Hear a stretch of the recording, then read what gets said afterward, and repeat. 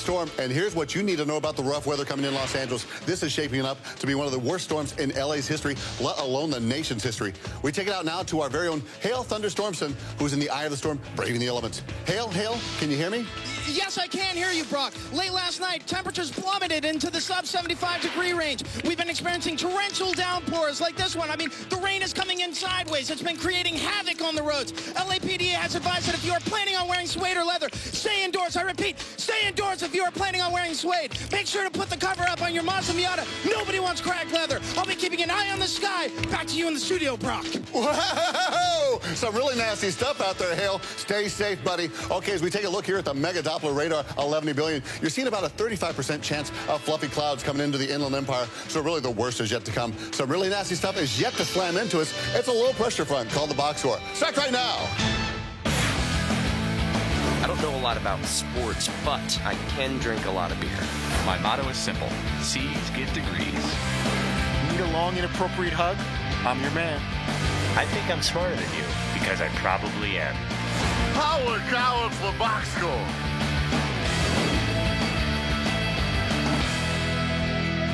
Hello and welcome to the box score. I'm Brock in Los Angeles, joined by the Danettes in Milford, Connecticut. Guys, I trust you all had a wonderful weekend. You were at movie premieres and such. We will get to that later, but first, golf. Now, Paulie, would you have rather finished off that Open yesterday at home with a cold beer, or had it come over into today's work day as it has? I like more golf. But yeah, it would have been better if we had a great result yesterday. Yeah. Because today was a very odd show. I thought about it a lot. If you're watching or listening to our show today, you probably don't care a truckload about the British Open, because you'd find it somewhere. But then again, let's say you're driving your car and you don't know where to listen to it on radio. Our radio audience, they want updates. So you're serving a couple different masters here. So you've got to touch on it without letting overwhelm the show. Because if we did 3 hours on the British Open, people would be like, hey, I could have watched that. Very nasty. Rain and wind pushed the Open's finish back a day. Just an absolute mess over there. McLovin, what's the worst weather you can remember seeing in a sporting event? For me, the thing that jumps to mind is the Ice Bowl with the Cowboys and the Packers in 1967. If you see like the details of how cold it got there, it was like, I think like in the 20 to 30 below by game time. Wasn't there also like a crazy fog game? Yeah, Bears-Eagles had a fog game, and why that was interesting because the announcers and the cameras are up top of the stadium. I think it was at the Bears, and they couldn't see the play on the field, so they had to use cameras that were on the sidelines. Crazy. And I remember there was this guy, his last name was like Maurice Douglas or something, some defensive back for the Bears. He got a pick six and took it, and they had him on. They were on the sidelines, and he just ran into the fog and disappeared. And the announcers had no idea what to do, so they had the guy who had to call the game was a sideline reporter because they couldn't see. Yeah, no big deal. It only took the chance to go to the Super Bowl away from the Eagles. Not that I'm bitter about that game. Is that why you didn't bring it up? Because you know that game. Oh, I know that game well, but yeah, you think that's a bit worse than the Ice Bowl? Worse for TV. Like on TV, the Ice Bowl is fun to watch. It's certainly something that doesn't get a lot of run. It's more unique, the fog. Yeah. You can't feel it at home. It affected the viewers more. Fog. Oh, great movie, too. All right, well, a guy who's used to playing at a high level in bad weather, of course, was Brett Favre. And Brett Favre was inducted into the Packers Hall of Fame this weekend. Seton, why was there such a huge media infatuation with Brett? You know, he's just sort of a character. And for all of the reasons I think that we went over today, I mean, he's one of the greats of all time, but is he? He sort of gets, it feels like he should be in that A class, but for some reason he's in the B of all-time greats. He comes across very likable, like he's a guy's guy. You with his Wrangler jeans, you can go hang out, and he'd come over to your backyard and throw the football around with you. But can you imagine any other sport? He's the leading touch for, I don't know if he still holds it, leading touchdown, leading yards, leading attempts. Right. Can you imagine a leading scorer in the NBA? He leads every category for quarterbacks. He should probably be more appreciated. Just didn't win enough. It's kind of like, I don't know, it's like Kareem Abdul-Jabbar, but people usually don't mention Kareem first when they say greatest players of all time. He's always on that list. He never doesn't make the list. And he's got a bunch of rings. And a bunch of points. Yeah. Favre, a couple trips to the Super Bowl, and Dan started off the show talking about Brett Favre's place in history. Disappointment, he only won one Super Bowl. Yeah, I think had he won two, like Peyton Manning, you win one, put up incredible numbers.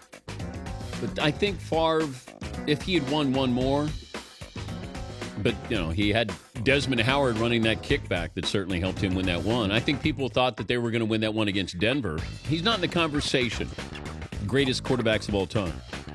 I think it's a short list, and it's because he didn't win more than one championship.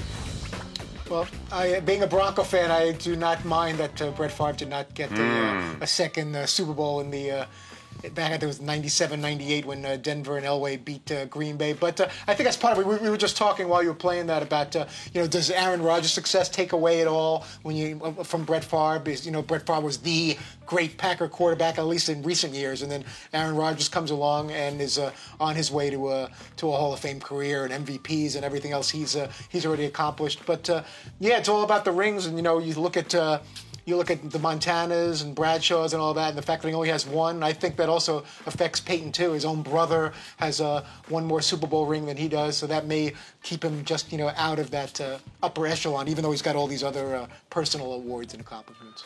Well, Paulie, what player was it the weirdest to see him switch from the jersey he was known for to retire in another jersey? There's a few. One that just popped in my mind. I don't want to go too old school. The ones that I don't remember because I wasn't alive. Emmitt Smith was an Arizona Cardinal. Oh yeah. Oh yeah. That's what we all do. Oh yeah. Because it took me a second. Like, was he when he put on that jersey? Because Arizona is a big, actually, Cowboy state. Like the Cowboys' second biggest state for fans is Arizona. Mm-hmm. And so he probably had 600 yards or something for the Cardinals. Yeah. But it's just like, what is he doing there? Just this awful franchise at the time. We actually did a quiz on this the day you were off a day, and we did the quiz, and I forgot. Me and you had given Dan the same quiz 2 years before. Oh yeah. So he recited the answers before we could do the quiz. He goes, "Wait, let me guess. Jerry Rice and the Seahawks, Joe Namath and the Rams, Franco Harris and the Seahawks. What was the other one? Like there's a bunch of them. Montana and the Chiefs. Yeah. Dan ran down the list because we had done it like 3 years ago. Yeah. I don't remember anything except for Evan. Do you remember Franco with the Seahawks? I do, because he got cut by the Steelers and he was still trying to get the rushing record. Cut? Yeah, because he was still trying to get Brown's rushing record. And he got cut, and then he was a Seahawk, and he was limping along with them, and Peyton breezed by. Oh, I remember Dorsett as a Bronco. That was not good. Yeah, that was very short-lived. And McLovin, earlier you talked about a small group of back-to-back Hall of Fame quarterbacks on the same team. Which pair was the best? Oh, off the top of my head, it's got to be Montana Young. I don't think anyone can challenge that. The other one that's on the list is Favre Rodgers. It was actually pretty good, too, except that I think Montana's ranked a little bit ahead of Favre, so that's going to give the edge to them. Of course, Seton throughout. Hey, Bledsoe Brady, of course, because Tommy's so great, right? Well, I mean, Bledsoe might not be a Hall of Famer necessarily, but, nobody wanted Tommy to step in. Yeah. What would that be for us? franchise. Let's say Dan retired next year, but we still wanted to work and DirecTV still wanted to do a show. Who's this? Who would be the host that they put in here who's younger, but pretty sure first ballot Hall of Famer? That's a tough question. That's a real tough one, because it doesn't seem like there's a lot of Hall of Famers out there right now. Right. No offense. No offense. I have to say Glenn Ordway. he's right there. That seems snarky. Well, it's a radio Hall of Famer, that guy. No, I know. That is I was legit. just trying to think. Well, let's say a guy I was like- actually thinking of our guest host who wouldn't be offended. How about this? How about what if Scott Van Pelt is semi-retired from radio? What if he came out of radio retirement and came to work with us? And then we'd go from having Dan Patrick as a host to Scott Van Pelt, a guy who was at a similar job for a long time, similar amount of years at ESPN Radio. Well, but you know what, though, to keep it with the football analogy, you'd have to have a guy who didn't make it yet. You'd have to have like a younger guy, and I think Van Pelt's made it. So, so that's really like real tough because there are not a lot of guys who look like potential Hall of Famers right around. It's hard to picture that. I guess you have to be real smart to see it happen. A lot of 7th round picks right now. All right, 7th round picks aside, coming up next, we're going to talk about the Danettes who are superstars. That's right. The one superstar I'm concerned about right now, though, is the Ram 1500 Eco Diesel. It may or may not be in a movie this weekend. Who cares? If you're in it, you feel like you're a movie star. Climb a hill, haul a boat, tow a trailer, do anything you want, and do it fuel efficiently. It is a beautiful and gorgeous truck. Get more facts at ramtrucks.com. Guts, glory, Ram.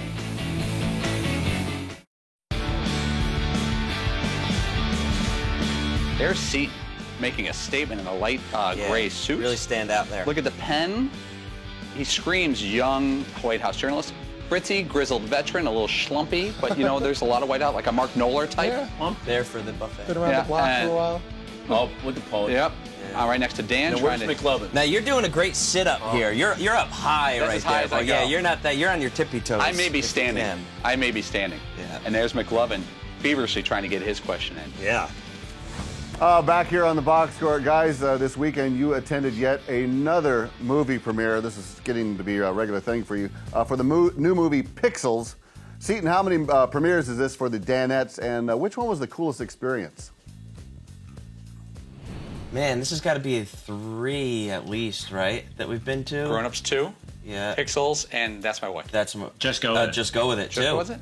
Yeah, because that's Brooklyn Decker Right. where you ran into her dad and it's going to knock you We're out. gonna get into a fight. Man, I don't know. It's tough. Like the first one was really cool. This one was awesome. Tell about the crowd by the... We got to the front end of the theater, and I guess we probably should have figured out where we were going ahead of time. We just figured we could walk right up, and I actually just opened up Periscope. Paulie's like, "Dude, we should Periscope this." I opened it up, and we turned the corner, and there was 1,000 people there. And we Easy. were like, "Oh, okay." And we had to sort of work our way through this crowd. Whereas, like, there was a bunch of people getting dropped off in, like, SUVs and stuff like that, but we sort of wormed our way through this crowd. Security's not letting us go. I lost you guys. You were, like, way up there. It was a pretty heavy scene. And people were trying to fight through to get pictures of Sandler because he Yeah. just got out of his car and Right, was on he the just red pulled carpet. up. So people on 42nd Street, which is the busiest street on Earth, are running to get there, and it was wild. By the way, if you notice in that scene, Seton mentioned that I'm a notorious stretcher. McLovin, don't move a muscle. McLovin's at least 3 inches taller than me, and look who's taller right now Yeah. on this shot. Look up at the shot. This is what I did with Dan to Yeah. try to get as close as I could to on camera as I could. Nice unhunching there. Fritzy, you've become everything you hate. I mean, similar to a Lost interview, you last-minute no-showed to the premiere after you lobbied your wife to get in. Who's more disappointed, Dan in you or you in you? I'm going to say me and me. I was really looking forward to doing it, and Dan went out of his way. He got us all on the list, and then I was the one that initiated. Can we bring our wives, or can we, can it be a +1? And he went out of his way to secure that. But in the time that we found out that we can take somebody with us, I was planning on taking Jen. We could have a nice Saturday night date in the city. We could all go to the premiere together, but we couldn't get somebody to watch the kids. And the thought of a 12-year-old and a 10-year-old 2 hours away at home in Connecticut while we were in the city was not a good idea. But I would have liked to have gone. And then they play a trick on me that they're hanging out with Hall & Oates, which was devastating me. So not only did we not go, and my favorite musicians of all time, they're hanging out with these guys of all people. So Did it cross your mind it'd be nice to see the movie that I'm in with my fellow Danettes, like hang out with us? Yeah, I could have gone myself, but I wanted to, I had promised also Jordan and Lindsay, my kids, and Jen that we would all see it together. I guess, I could see it a second time with them this weekend, which we're going to do as a family, but I really wanted to kind of go as a couple. Jen's missed out on a lot of these special things that we get a chance to do, and I wanted to take her, and I just felt like, How would you describe your personal efforts to find a babysitter? What specifically did you do? My personal efforts were very little. I pretty much put it in my wife's lap, and I said, "Here's the 3 or 4 people that we have to choose from that have watched the kids before that we know." Now, you have a brother that lives close by. I know he had plans, but was he also in a movie premiere that he was in? He was not, No. and he only lives about a half hour away. But it would have been nice, and I didn't want to make him cancel what he was going to do. But it would have been nice. I did have that option, but what age is it? Raises the question though. What age is acceptable to stay home by yourself? I think we wrestled 14 with that. would have been the magic 14? number. I think. We have wrestled with that, like when is going to be the right Because you're time. right there at the line. You're But still, right but there. 12 and 10 is still. And I see the way they interact sometimes when as far as the teasing and fighting that go on. Not that they're going to burn the house down or he's going to take a swing at her, but just I would not have been able to enjoy myself with knowing You that should 2 have hours called away. Amber the cute divorcee down the road, or whoever that is or that you Jill like, and or Jill, Abby. and Abby, and them, and see maybe they were available. Excuse to go over You and could have talk been to like, them. hey, by the way, I got to go to my movie premiere. I was hoping to take Jen. We And just deal with Seems these got a guys point. for You blew a it. while. Jordan would probably have been okay with that. Oh, guys, leave him alone. He's a family man. Okay, Paulie, how do other celebrities treat? I saw you did. Yeah. How do other celebrities treat Dan at these events? Are they kind to him or just sort of walk by him? Well, I've noticed that a lot of people who are actors are not sports fans. Is that fair to say? Yeah, I know what you mean. Yeah. You'd be surprised. Like Bill Hader seems like an everyman. He's from like Tulsa, Oklahoma. I don't think Bill knows a truckload about sports, even though his wife is a soccer player.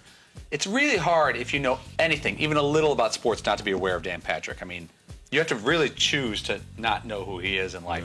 But I've noticed a lot of athletes, not athletes, actors. Well, they not only have to be a sports fan, but they have to be enough of a sports fan that they listen to sports talk radio. Or, I mean, even people who watch some Sunday Night Football, they don't necessarily get Dan out of that bunch. You know what I mean? Yeah.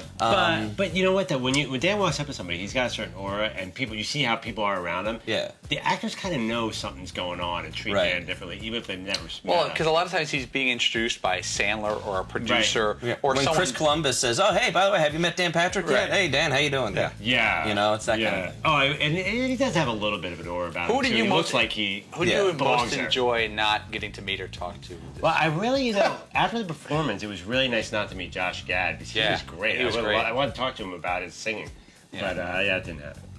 How about you, Paulie? I most enjoyed being close to Peter Dinklage without meeting him.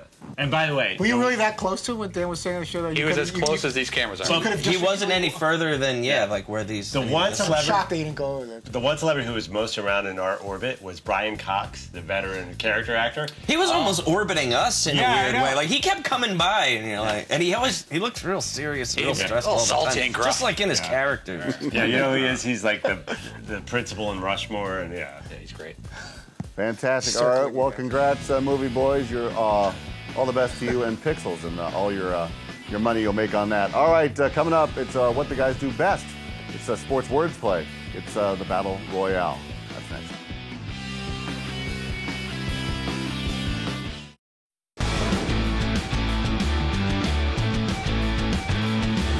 Welcome back to the Box Score. Guys, not much going on besides golf this weekend, so it would be totally understandable if you checked out of sports for a couple of days.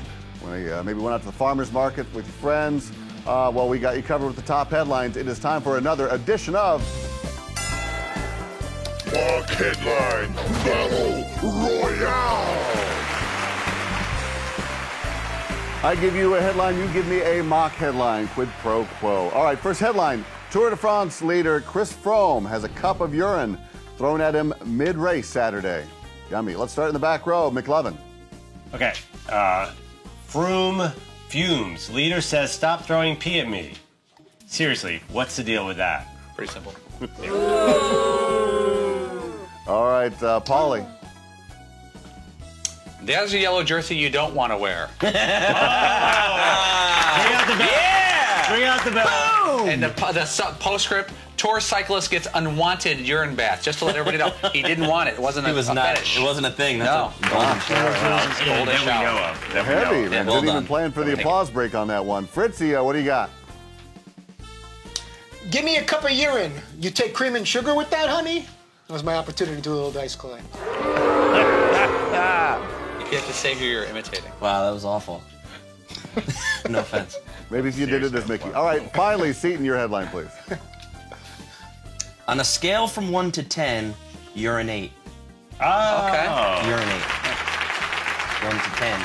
Urinate. Fourth grade joke? It's my fave. So. That was golden. Showering on to the next one. Second headline. Tiger Woods misses cut in back-to-back majors for the first time. Front row and Paulie. It's Eldrick. Ooh, boy. Oh, right to the knees. All right, Fritzy. Major disappointment. I would never have guessed this could happen to him. Crowd turns ugly. Seton, your headline, please. Siegfried and Oy. PETA protesting Open Championship for tiger abuse. Okay. That's good. You gotta stick with it. PETA. Yeah. Animal rights people. Siegfried and Oy. Yeah, the magicians. And finally, McLovin. Tiger beat. Former team phenom, now more of a snore than a roar. Seriously, what's the deal with that? Seriously? Tiger beat. This is like you're really. Yeah. I got whatever you want. Really? Okay, Sean Cassidy. I still have that one. Our third headline, David Beckham will build stadium for his football club next to Marlins Park. Fritzy, let's start with you. Build it like Beckham, but if a team plays like the Marlins, they won't come. Ooh, I like that. Very nice. Seton, you're next. Two arms, two arms. The British are coming to take back their tax money in the form of publicly financed stadiums. Ooh, special comment. Wow. Political. McLovin, what do you got? Miami nice. South Florida, building a stadium. What could go wrong with that? Try everything. Seriously. What's the deal with that? That's your new thing now. What's the deal? What part of the McChicken? Paula, your headline. Galaxy, see what he did? Bex finally gets a new Miami stadium. Wow.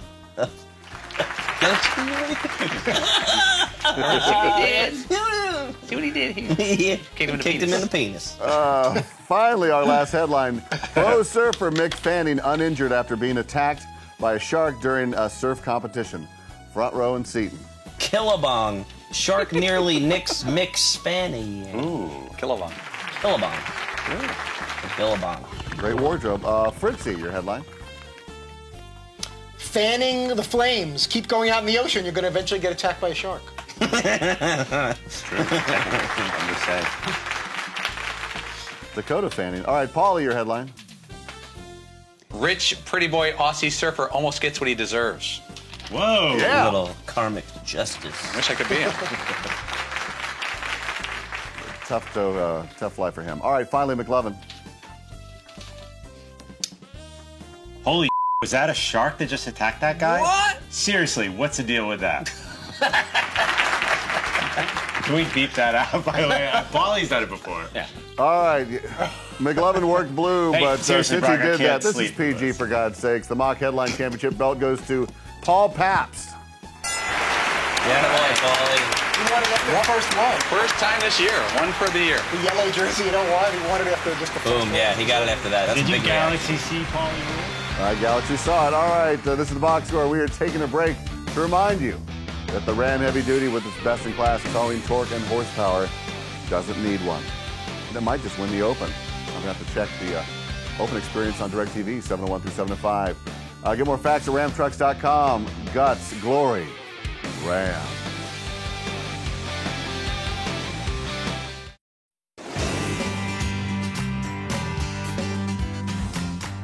Welcome back to the box score. Closing up shop here at the old saloon. Guys, you touched on Mick Fanning being attacked by a shark during that the surf competition. Now, Seton, if you're getting attacked by a shark, do you at least want a bite mark so you can show off the scar? No, I don't. I have only very few ways that I really, really, really don't want to die. Mm-hmm. I don't want to be burned alive, I don't want to drown, and I don't want to be eaten alive by an animal. All right, those are like really my only three fears in life, and I absolutely not. I want no part of what happened in that water. And actually, No. Mick Fanning had the perfect shark attack on TV during a championship event, Right. and he didn't get hurt. Right, he didn't get hurt, That's a and he perfect looks shark like attack. just like an absolute, well, not a hero, but like, whoa, that dude's the man. He fought off a shark attack. Yeah. And he's like a 3-time world champion. Yeah. Stud, man. Yeah. Wow. I want no part of that. I'm with you, dude, though. Those are the 3 exact ways I don't want to die. Yeah, like eaten by a bear or something? any- Hell no, yeah, dude. Yeah, no, that's terrible. Hell no. Paulie, McLovin, what's the most frightening sport someone can play? Well, we debated this today. See, I think auto racing's a little scary. We didn't talk much about that. I think actually football is a little dangerous. We didn't want to get into that whole issue. But the most frightening thing, even skiing and those winter sports are crazy scary. People get out of hurt control. bad. How about You had a MMA? great point with BMX. MMA, that's Someone's it. just pummeling you, MMA you can't get is up. crazy. What about the guys who walk on coals for a living? Like, if you trip, No, you're fine. Yeah? Oh, my God. Dude, you can go to a self-help weekend and you're walking on coals by the end of it. sweat lodge. Yeah. Paulie, want would you to rather bring get them up, attacked by a shark and live, or be in the big one at Daytona and be able to tell the tale? I love auto racing. I love Daytona. Daytona kicks ass. But I'm going to go shark attack because, like you said, if I live and I don't really get hurt, a lot of people get in wrecks at Daytona. Everyone gets in wrecks at Daytona. It's tradition. But I want the Mick Fanning treatment. He's a hero. All right, so the very delicious shark bait. Fritzy, who's on tomorrow? Adam Sandler will join us in the New York City Man Cave tomorrow to promote Pixels, and we'll also catch up with Dodgers manager Don Mattingly as well, Very good. Thank you, and gentlemen. recap the British Open. Oh, perfect. All right, we are back tomorrow at 3 p.m. Eastern right here on Audience Channel 239. The podcast is available on iTunes or at podcast1.com. Congratulations, Tim and Alice.